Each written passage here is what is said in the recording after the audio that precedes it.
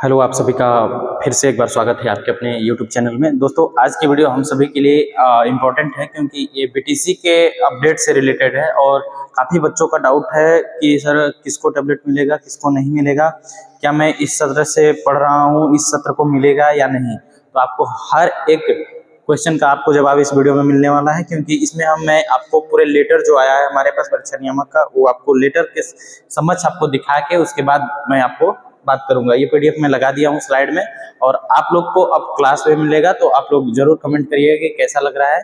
और बाकी चलिए हम लोग वीडियो को स्टार्ट कर लेते हैं। तो सबसे पहले हमने पहले स्लाइड पे लिख दिया है कि ये बीटीसी आपको दिख रहा होगा कि बीटीसी टैबलेट योजना किसको किसको मिलेगा।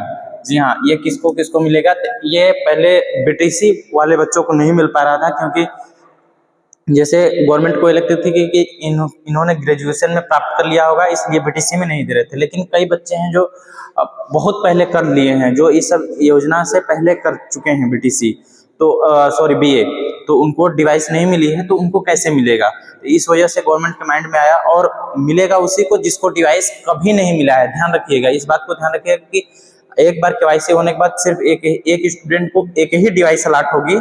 अगर 2 डिवाइस अलॉट होती है तो उसके जिम्मेदार आप स्वयं होंगे, ठीक है।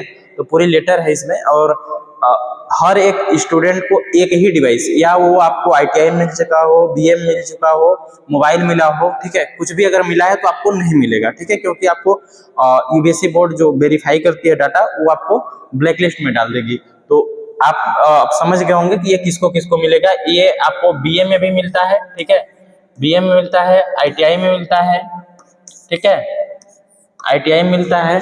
और मतलब बी आईटीआई का कहने का मतलब है कि नॉन टेक और टेक दोनों में मिलता है, ठीक है, एमए वगैरह सब कुछ आ गया इसमें, ठीक है।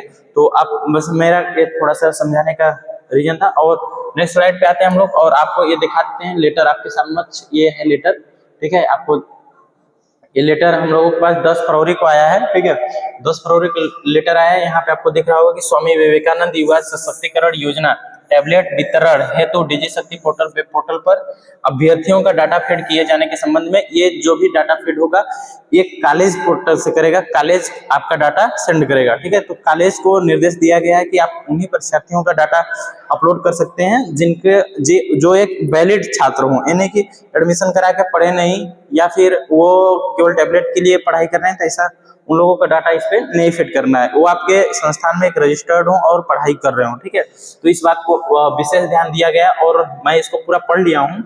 और उसके बाद मैं आपको और इसमें एक दिखा देता हूँ कि ये कॉलेज के लिए है, जो आईडी वगैरह मिलता है कॉलेज को, वो उसके लिए है। अब मैं आगे दिखा देता हूँ आपको किसको मिलेगा किसको नहीं, ठीक है। यहाँ पे देख सकते हैं ये सेकेंड वाला है, ठीक है।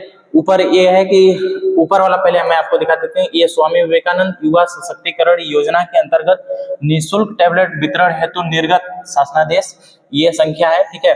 और ये दिनांक 18 जुलाई 2022 से ही इस पे चर्चा हो रही थी, तो वो है। और यहाँ पे जो भी छात्र उत्तर प्रदेश में शिक्षण और प्रशिक्षण संस्थानों पंजीकृत अध्ययनरत हैं, अध्ययनरत का मतलब कि वो पढ़ाई कर रहे हो और एक रजिस्टर्ड हो, उत्तर प्रदेश में हो, वो किसी भी स्टेट के हो सकते हैं, जरूरी नहीं है कि वो उत्तर प्रदेश को हो। बिहार के भी छात्र होंगे, यूपी में अगर पढ़ रहे हैं तो उनको डिवाइस मिलेगा, वे चाहे प्रदेश के हों अथवा प्रदेश के बाहर की, ठीक है। ये लिखा हुआ है प्रदेश के बाहर के, आप इसको एक बार ध्यान दे सकते हैं, ठीक है, ये, ठीक है, ये आपको दिख रहा होगा। और मैं आपको और इसमें कुछ उन्हें डिवाइस वितरण किया जाएगा।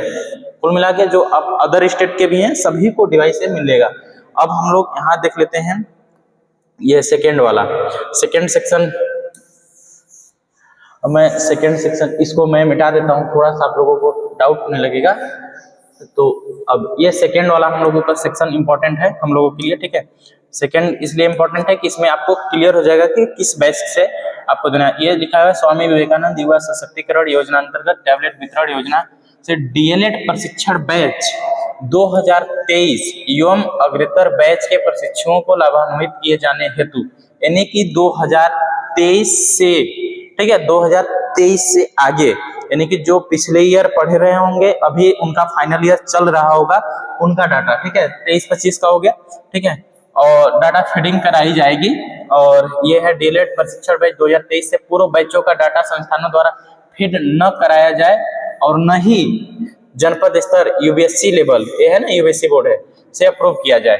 यहाँ पे साफ साफ मना कर दिया गया है कि 2023 से पूर्व, ये लिखा है ना 2023 से पूर्व बैच जो है उनका डाटा संस्था द्वारा फीड न कराया जाए और न ही यूबीएससी द्वारा फॉरवर्ड किया जाए। ये पूरा शासनादेश है, गाइडलाइन है और पूरी ये फाइनली ये है, ठीक है। नोडल अधिकारी वगैरह सबका ये सिग्नेचर आप लोगों के सामने। और यहाँ पे लास्ट वाला हम लोगों के लिए इंपॉर्टेंट था, ठीक है। एक ये यहाँ पे है, ये 7 नंबर कॉलम आपके लिए इंपॉर्टेंट है कि संस्थानों द्वारा पूरित किए गए अभ्यर्थियों का विवरण मिलान किए जाने हेतु संस्था से अभ्यर्थी के भरे गए संपूर्ण विवरण के साथ सापेक्ष अभिलेख प्राप्त करें। यानी कि आपसे एक फॉर्म भरवाया जाएगा, ठीक है, वो अभिलेख होना चाहिए और जिसका मिलान करने के पश्चात अग्रसर कार्रवाई संपादित की जाए।